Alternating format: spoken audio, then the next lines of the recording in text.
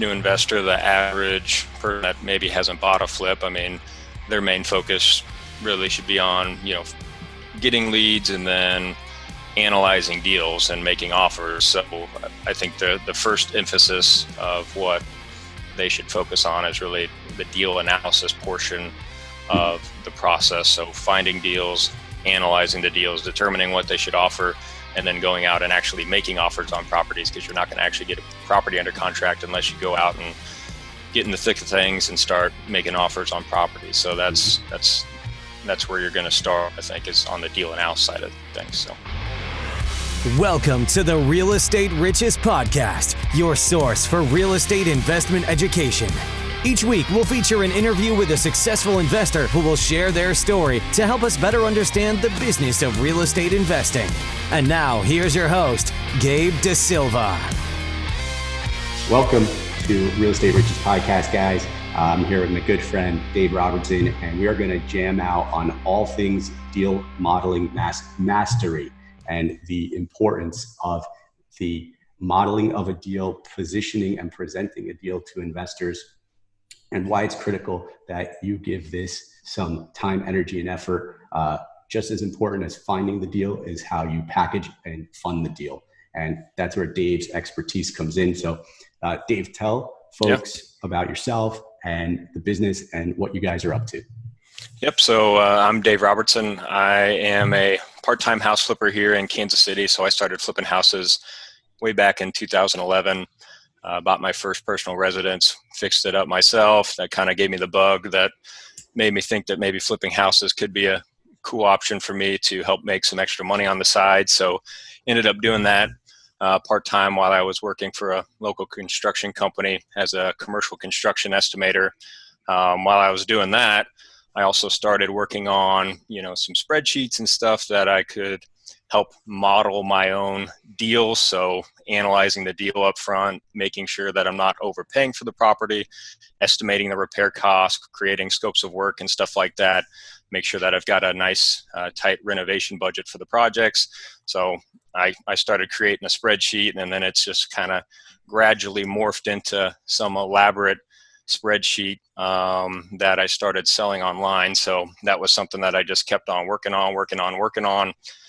Probably worked on that way too much, honestly. I should have been focusing way more on actually finding deals and doing more deals, but instead I got caught up in the whole process of building systems instead of doing deals. So that's probably one thing I learned in that whole situation. But in the scheme of things, it's all paid off just because this is kind of evolved into a completely new business of its own and something that I'm passionate about and enjoy. So now the house flipping spreadsheet, that was the product that I ended up launching back in 2014. Just wanted to share my special spreadsheet with everybody else. It ended up being pretty popular. We've had 100,000 plus people download our spreadsheets over the years. And now it's kind of morphed into a new web-based platform. So we decided to start building a new web-based platform back in 2017, 18-ish, and that's kind of evolved into a new platform of its own. So yeah, it's absolutely evolved over the years that we've been using it. I've seen what you've done with it, and we'll dig into that and the difference between house flipping spreadsheet and Flipper Force and the web-based platform. Before we go there, you had said something, and I'm thankful that you dug in and really put the time into building this thing out. You spoke on what prompted you to go in and do it, and I remember coming into this space needing to differentiate myself from all the other investors who are going to lenders, trying to position themselves as guys who know what they're doing. And it's getting people to write you big checks, whether it's a hard money lender or a private lender. I immediately saw the need for a tool like house flipping spreadsheet. And what prompted you? Because it existed when I came around, but it didn't exist before you created it. So what prompted you? How did you know, what about that desire, that need spoke to you? Like, not only do I know I need to do this, but I know I need to take the bull by the horns and create this. I've always kind of been dabbling in stuff online, selling stuff. So I've had a few websites over the years. It originally started as back in 2009, I had just a remodeling estimating spreadsheet. So I just posted it on a website that I created. I actually had a social networking platform for people that were going to be remodeling houses. So it was kind of like a Facebook for remodelers. So I was kind of dabbling in that as a hobby, and I had posted my spreadsheet on there. And some people occasionally bought it, but I just didn't have the traffic to really sell it. So I think I knew just going into it that people are willing to buy a product like this if I really invest the time into maybe building a brand around this product, then maybe it could really take off. And that's kind of what happened. So I mean, ultimately the product was really built for myself as just a tool to analyze deals and estimate renovation costs. But I've always kind of had a interest in online marketing and online sales. So that's where it transitioned into an actual brand and an actual business there. Yeah, the confluence of the two, kind of working in your unique ability and then fulfilling a need yourself as the first customer. Yep. I know that, like, and then you doing what you did with regard to branding it's essentially what it does for us when we use the tool, when we generate the reports, like we brand ourselves as authorities, as guys and gals that look like we know what we're doing, look like we've done it before. And that's in part thanks to you and the tool and the reports that it generates. So kudos to you for that. So now let's transition into kind of differentiating between, because we've been talking about 2009 and then kind of tinkering and then 2011. And then here we are 2020 as this thing has evolved. As I knew it when I first started using it and where you are now, kind of help us differentiate between what it was and what it is. Right. So, I mean, the house flipping spreadsheet is still a product that we sell online. So it's really a product for investors that would prefer, prefer a Microsoft Excel spreadsheet or something that's in Google Sheets, something that might be a little bit more customizable for them from a spreadsheet perspective. I mean, there's still a lot of people that still prefer spreadsheets over a web-based platform. FlipperForce really kind of takes the entire platform to the next level. So, something that you run into when you build out a spreadsheet is, right now the house flipping spreadsheet has like 55 different sheets in one workbook. So eventually the thing gets pretty massive. It kind of slows down. There's only so many more sheets you can technically add to a workbook before it just gets too crazy and too cumbersome for the user. So that's really, one of the main reasons why we decided to build out a new platform was to make it a little bit more user friendly, but there's also just kind of an endless amount of possibilities with what you can do on the web. Whereas when you're developing in Microsoft Excel, you're kind of shackled with the limitations of Microsoft Excel. So FlipperForce, I mean, it's going to be mobile friendly. So because it's a web app, you can open it on any device. You can open it on your computer, your laptop, your tablet, or your phone. You can also plug into data APIs like Zillow, Google Maps, other comping APIs, stuff like that. And then ultimately, I just think it's going to take it to a better place as far as like overall usability and stuff like that. And then another thing is, as you scale, I mean, managing one project in one spreadsheet is fine. Maybe even managing a couple projects in separate spreadsheets, it's fine. But when you start to scale your business and you've got 10 different projects going on all at once, you've got 10 separate spreadsheets that you're managing. And again, that can get a little crazy and cumbersome for people. So that's where the FlipperForce, you've got all of that in one platform and you can see everything that you've got going on in your entire business in one software platform. So yeah, let's dig into that a bit because we've talked about modeling deals on the front end and using the tool for that. And then you and I have spoken offline a bit about the project management piece you just alluded to and using it in that capacity. So using it to develop a scope, using it to track a project, maybe just elaborate a bit on like the developing the scope piece and then just running the project piece. Right. So really when you first think a property might be a good deal. I mean, the very first step is really to run it through a calculator, analyze the deal, make sure that it's actually going to be a good deal or not, determine the maximum purchase price that you should offer, make sure that there's actually some good profit in the deal. So really that's the first step. You're also going to want to put together a rough estimate. So once you determine whether it's going to be a good deal or not, you really need to start putting together a detailed scope of work and estimate of the renovation costs. So we've got a repair estimator in there that you can use to help you do that process. And then eventually, if you do get it under contract, that's really where the project management functionality comes into play. We've got schedulers that you can use to create Gantt timelines and stuff like that, manage your tasks, and then track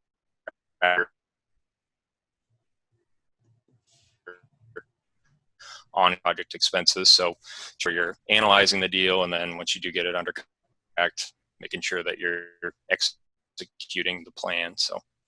Mm-hmm. Yeah, so on the scope piece, we cut out for a bit there, but just tell us again about analyzing the deal. And then I was going to ask you to expand upon that too, where the data goes in, because I love how robust it is categorically, and then the breakout beneath each category. Can you talk to us a little bit about those, the standards and numbers that you key in, and then how they compile per line item to ultimately tell, and then it generates a report, but like, what are you spending on masonry? What are you spending on framing? Can you talk a little bit about that? Just because you cut out a bit, but we'll weave it back together. Yeah. Okay.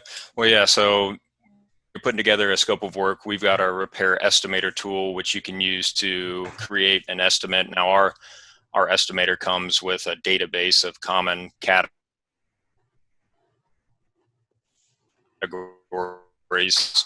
so roofing, siding, exterior, all of those different categories. And basically what you do is you'll need to go out to the property. You're going to want to do some measurements, figure out how many the property needs, how many exterior doors you need, how many windows there are on the property.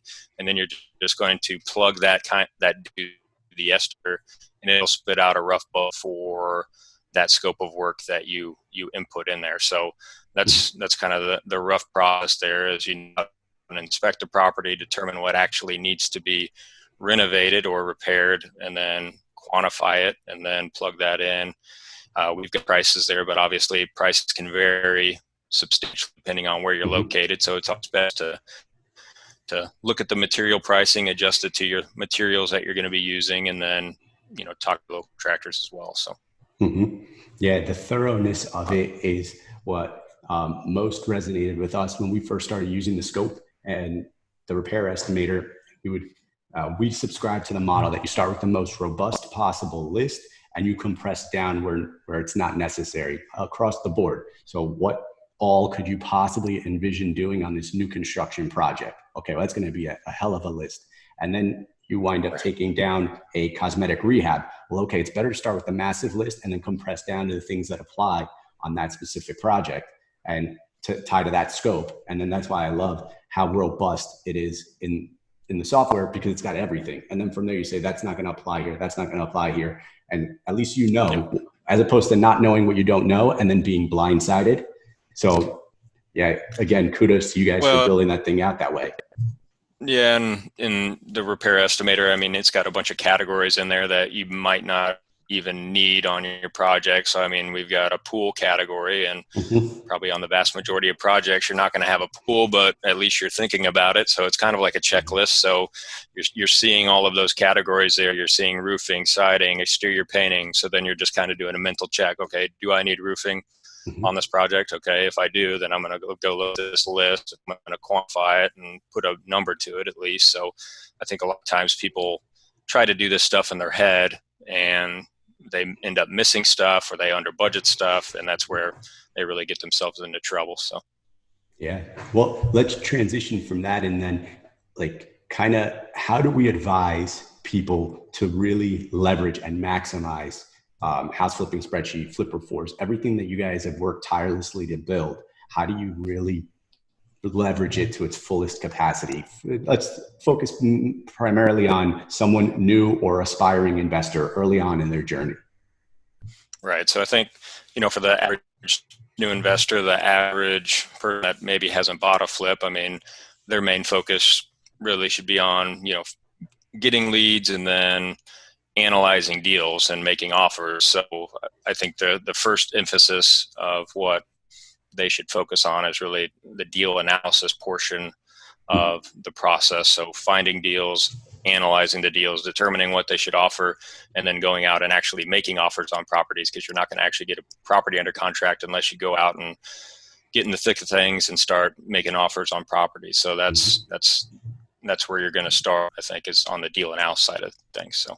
Yeah. And then if you're further along in your journey and you've got a consistent a marketing machine and you're generating leads and you're converting and you're locking up deals regularly, and then in that scenario, dive into the project management functionality of the tool and start looking at, like you said, the Gantt charts, the ability to forecast and model out, and what's this going to look like? How long is this going to take? Reverse engineering. I like to kind of work backwards. If I say a project's going to take X amount of time, start divvying up that timeline and putting big chunks of trades in there. Typically, if it's a long duration, you're talking about putting in a dozen or more tradesmen. And so that's when I like to chunk things out, and we call it the trade tracker. And we use milestones, a lot like what you guys have built into the tool. So that's great. So that's guidance for anybody who's watching, who's going to dive in and use the tool. Regardless of where you are in your journey, there's functionality here that will serve you.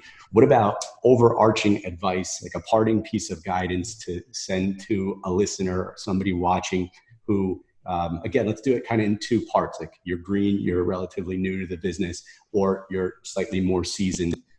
Maybe you're where we are in the journey. How do you advise people?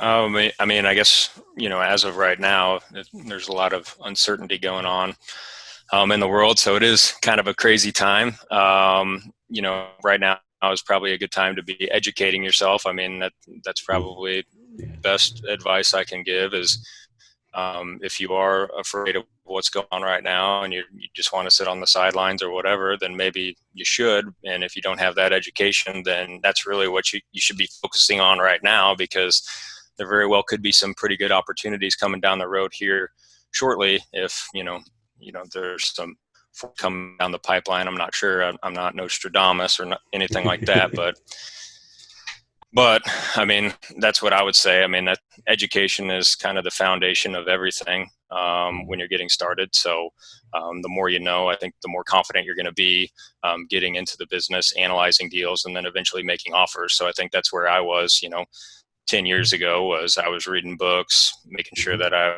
knew what I was doing before I was actually, buying a property. But then eventually, you do have to kind of jump in at some point or else you're never going to get started. So I guess that's my advice, to start with education and go from there for the new. And then I guess as far as the seasoned investors, I mean, I think, our platform, where some people a seasoned investor might run into trouble, is, they might analyze a deal up front and then they just kind of let their profit margin, they might have a good deal on their hands, but they kind of let their profit margin slip. So I think that's also where a lot of professional flippers might have trouble is, they're good at finding deals, they're good at acquiring deals, but then maybe they let the profit margin slip in a deal and it ends up being not as good of a deal as it once was when they were first analyzing the deal. So I think, that's probably another thing where our platform can really help people create systems in their business to help them hopefully maximize their profits. So, yeah, I can definitely relate to that. As we got further along in our journey, we started taking for granted that we had acquired the right deal and then weren't managing things as tightly as we could have been. And systems needed to be developed and implemented. Otherwise, like you said, the margins start to slip, little bits and pieces, things start to leak. And yeah, you model a deal at 6 figures and you wind up not making nearly 6 figures on it. And immediately you're like, what the hell happened here? Right. And it's not that hard to find where the leakage was. Once you run a P&L and you look at what you originally modeled and you look at what you spent, it's pretty black and white. So yeah, man, I think that was great. I think we for sure kind of expanded upon what the functionality of the tool is and who can use it and how and why. I absolutely resonate with the acquiring knowledge during, like, at the time of this recording, we're in the middle of COVID. So you guys are in quarantine, you absolutely know. And if you've watched any of my stuff, you've heard me say, like, now is the time to acquire knowledge up now, especially if you're early on in your journey. Strengthen relationships and go source capital, because like Dave suggested, we're not sure what's coming, but we can assume it's going to look like opportunity. Like it's going to be something opportunistic. So be like liquid and have the right partnerships in place. And so there's advice there for anybody, anywhere in their journey. So that was amazing, man. Thank you for coming on and for enlightening us and sharing with us all of that insight, man. Thank you. No problem. Yeah. Appreciate you having me on here. And we'll stay in touch. Brother. And we'll drop links to the software. Everybody, Dave, tell them where you'd prefer to have them go find you. On Instagram, over on the website, where's your preferred platform? Well, I'd say the best place to find us is really just on our websites. So we don't do a whole lot on social media, but our website, we've got a lot of stuff going on over there. So flipperforce.com. You can check us out there, and you can sign up for a free 30-day trial with the software. So if you just want to take it for a test drive, you can do that. We've also got, a bunch of educational stuff. So we've got kind of a how to flip houses curriculum and just some articles that I've written on stuff. We've got some case studies with the software, me running through some case studies on how to estimate costs, deals, how to create a project schedule, stuff like that. And then if you are interested in the spreadsheet, we've kind of got on over there, the houseflippingspreadsheet.com. And, we've got some case studies on how to use the spreadsheet as well. So. Yes. And the educational videos, again, kudos to you, man. Those things are amazing. So everybody go click through the links. We'll of course link them here as well, but go and check this stuff out, and you're offering the trial. So give it a run, see if it serves you guys. Encourage you, go and do that. Thanks again, buddy. Real estate investment rock stars, congratulations on taking one more step toward real estate riches. I know that you're serious about a successful future in the real estate investment business, and the Real Estate Riches podcast is going to help you get there. Head on over to GabeDaSilva.com right now and get yourself signed up for a coaching call where Gabe will help you figure out the next step on your journey. Thanks again for listening, and we'll catch you on the next episode of the Real Estate Riches podcast.